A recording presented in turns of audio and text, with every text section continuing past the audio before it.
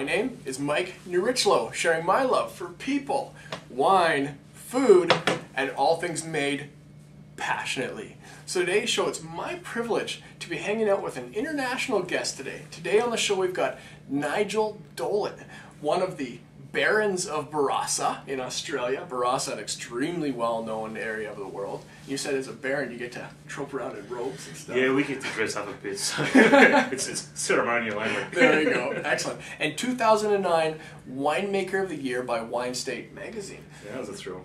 Excellent. So Nigel, it's a pleasure to have you on the show. Thanks, Mike. Yeah. Thanks for taking the time to be with us. Hey, nice. Excellent. So Nigel, why don't you tell us a little bit about Nigel Dolan? Who's Nigel Dolan? How did you get into wine? Okay, Nigel Dolan, winemaker,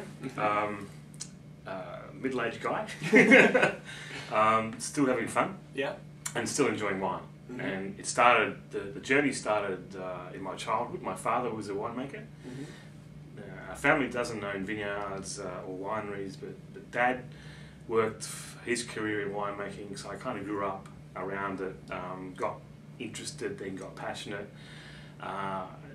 Played in vineyards, played in wineries, and just started to appreciate wine and thought, wow, this is just such an interesting area, such a great field where you can explore and express that, you know, I wanted to do it. So I then through high school, then through college, graduated, and then started my career in the Barossa Valley. I've worked in other places since, but I'm now in the Barossa Valley working. Yeah. Some 30 years later. Excellent. It's still having fun. That's one thing you mentioned actually earlier off camera about the Barossa Valley that's really neat and interesting is you typically or pretty much won't find a family in the Barossa Valley who isn't somewhat involved in the wine world, and it's a very close-knit industry. Yeah, and that's a nice thing. You know, I grew up there and my kids grew up there, and it's not a remote place. Australia's a big place, but this is not too far inland, so it's accessible to facilities. But it mainly has a wine growing culture. You look out the window and you can pretty much from everywhere see vineyards, and that's what the community does. And there's most families are involved in it somewhere. They growing grapes or making wine, or even just labelling wine or selling wine, or it's whatever part of it somebody's got a hand in it. Exactly, and so there's an understanding, and people really just embrace it. I'm sure there's probably a lot of neat camaraderie in the region. Everybody kind of knows everybody. Yeah, and that's the nice thing. I mean, I work for a certain winery, and there's many other great Barossa wineries and brands in the district.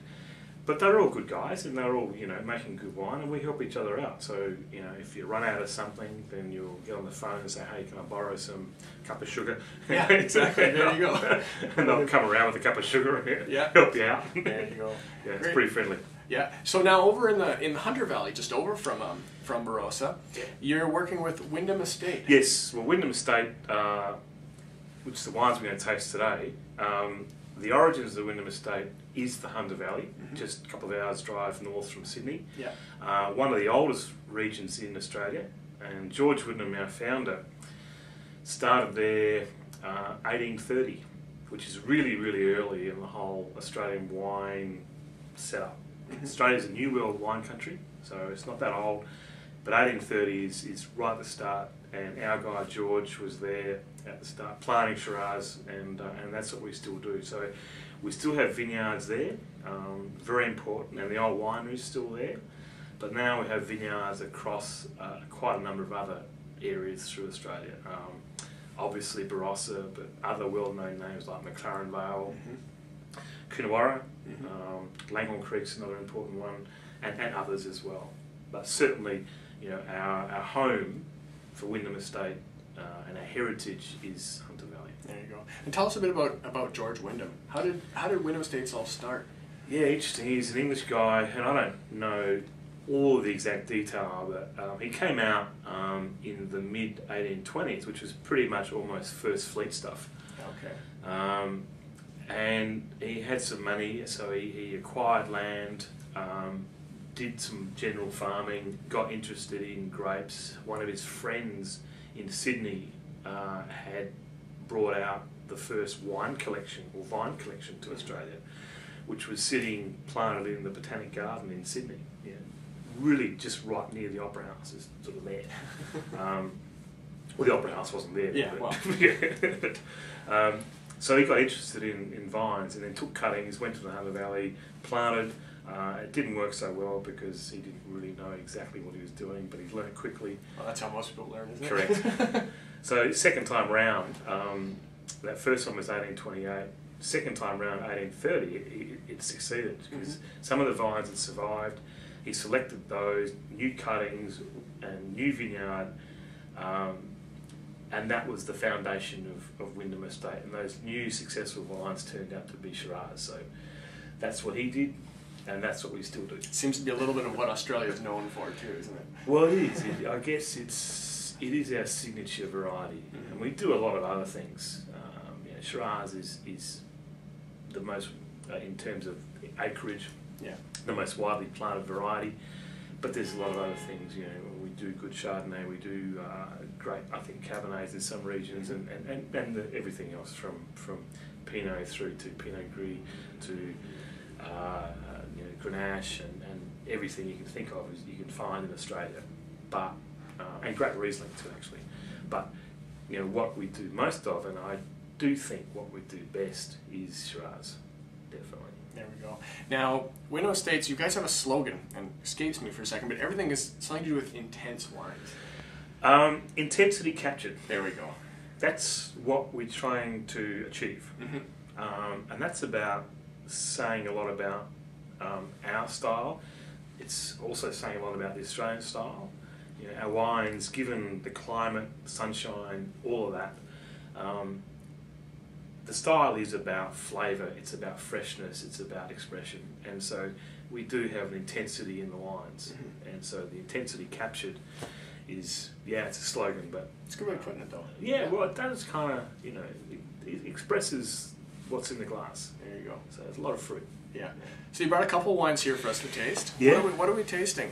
Well, the first one is probably the better known Wyndham Estate wine, which is the Bin 555, which is a straight Shiraz, and that's our main wine, and has pretty much wide distribution. You can find this wine in a lot of venues right throughout the world, but certainly throughout Canada. And so I wanted to taste that, and then the second wine we'll taste is a new wine, brand new wine here. That's kind of why you're here too. Well, it is actually. Because it's brand new. And first time in Vancouver too, right?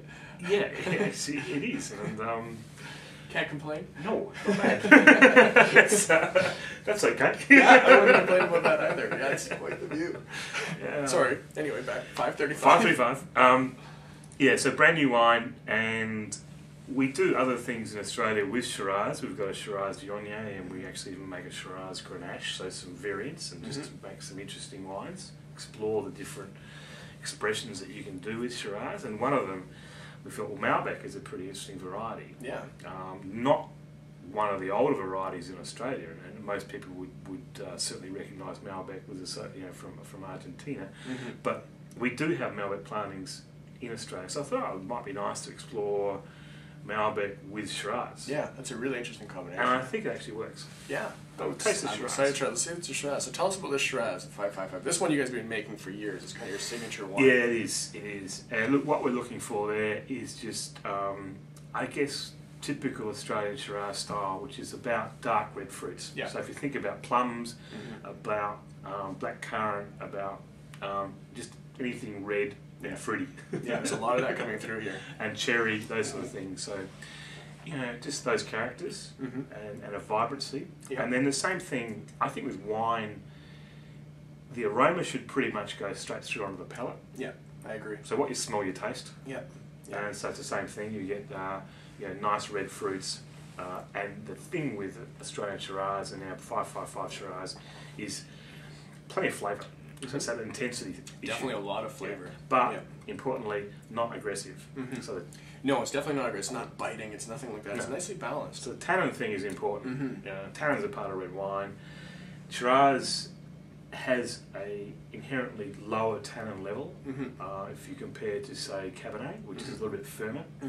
Shiraz will be a bit softer. Yeah. So it's got quite a nice round palate. It does. Yeah. It reminds me, it's definitely got that plumminess you speak of, a lot of the red fruit. It's got kind of a blackberry thing going on as well. The thing I really appreciate on the palate, it's got a nice creaminess, a really nice mid-palate feel to it. It reminds me of almost kind of an almond paste or something like that. Yeah, I really like that. Certainly creaminess, and that's the soft tannins. So, you know, and with that, pretty easy to drink and pretty easy to match with food. You can't go too far wrong. Yeah. Unless you're a really bad cook. No, it's a nice, pleasant wine. This would be a great barbecue wine, or great just to bring friends' house. It's readily available here, is it not? Yeah, it is, and sells around. I think most places you're looking at about $16. Yeah, that's a really nice entry level price point, and I think you're getting a nice value for that. Yeah, price. Look, we're really happy with it. You know, and it's the style that we been successful with, the style that we certainly plan to continue. Yeah, it satisfies. Australian wine. Yeah, it's a pretty signature Shiraz from Australia, but it's got a lot of neat depth of character to it. I like it. Yeah. So the Shiraz Malbec, I'm really curious to try this one. Yeah, as I say, very different. It's a 55-45% blend, so slightly more Shiraz than Malbec, but there's a lot of Malbec in there. It's a 2008 vintage, so it's a year younger. So you really get that young, bright, fresh colour. And the Malbec brings in just a lot more spice and brings in just a level of kind of almost... it's still got a dark fruit from the Shiraz, but there's the spice and almost a little bit of earthiness, just I agree with nice you very much. chocolatey. Straight off the nose, I'm actually really excited to taste this because it reminds me very much of the spice is the first thing that approaches me. Actually, what it reminds me of is Christmas around here. My aunt at Christmas makes this really neat chocolate with peppermint candy, and the nose reminds me a lot of it. I'm looking forward to Christmas, I guess. Yeah. But it's definitely got that spice to it. Spice, and I think the fruit, and I think of if you think of fruitcake, Christmas. Yeah, there you go. That's another big one. Yeah, some of that. Yeah, I can see that, and that's Malbec doing that. Yeah, with that, and the same on the palate. That all carries through onto the palate. You'll taste that fruitiness, that sweetness, and again, being Shiraz based, softness. Definitely easy to drink. Yeah, there's a lot more kind of you can tell the Malbec's in there for sure, as opposed to some of the darker fruits of the Shiraz. This has got kind of a brighter almost red fruit to it. I would venture to say a little bit of strawberry, raspberry sort of action. Yeah, strawberry, raspberry, cherry. You're right. Red fruit, not dark fruit. Not dark fruit, more red fruit. And this one, what's the price point on this one? Do you have any idea? Same price point. That's a nice price point. Yeah. Heck, and it reminds you of Christmas. So at Christmas, that could be a good wine to go for. I think you'd be pretty safe. It'd be good fun. There we go. Yeah. Excellent. Now, one other question I just kind of wanted to ask you before we wrap up. Australia's kind of got this funny reputation a little bit. Sometimes they're saying, "Oh, you get these simple wines coming from Australia," or we've all tasted Yellowtail here or there, right? The big, well-known names from Australia. I personally haven't been to Australia, but I'd love to go taste some of the smaller vineyards and stuff there. And Australia's been making wine for eons. Like phylloxera really didn't have much of an issue there. No. There's a long history. I mean, there's wineries and vineyards who are 6, almost 7 generations of doing wine. So that's a long history. And there's many. We do know and hear in many markets only the big brands. Yeah. And don't get to see the enormity of the smaller things, which is really interesting. And also that we know, there's Barossa and there's Hunter Valley, McLaren Vale, and a few other, Coonawarra. But there's many smaller wine districts which really produce fantastic and interesting wines. I think last time I looked at the numbers, there was something like 2,000 wineries registered in Australia. Many of them are quite small. Some of them, quite big as well. But there's a lot. So if you get there, if anybody gets there, there's a lot to explore. Yeah, you'll find your old favourites, and people will welcome you with open arms. Yeah, absolutely. To visit your old favourites, but then there's little places you can sort of duck off to and explore and find. There's a lot Yeah. It's good fun. Well, and I mean, you've got a long history in Australia, and you're obviously passionate about what's coming out of the country. So there's got to be something driving that passion. Not if they're just making boring wine. So it must be making good stuff, right? No. And the wine's actually, you know, I've talked about intensity, fruit, those things, and that's true. But there's a lot of very sophisticated, quite, I'd say, sort of interesting wines. Absolutely. In terms of developmental wines, you know, new blends, rather than okay. But other things as well. We're planting Tempranillo now. Other things are happening. Pinot Gris is becoming popular. Others, not Pinot Gris, but Tempranillo and other Spanish varieties are emerging. So there's development all the time. Cool. Excellent. So Nigel, thank you so much for being on the show today. I appreciate you taking the time to be with us. Fun. Absolutely. It's great to meet you.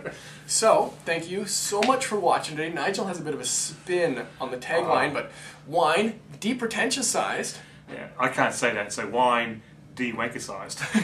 I like that.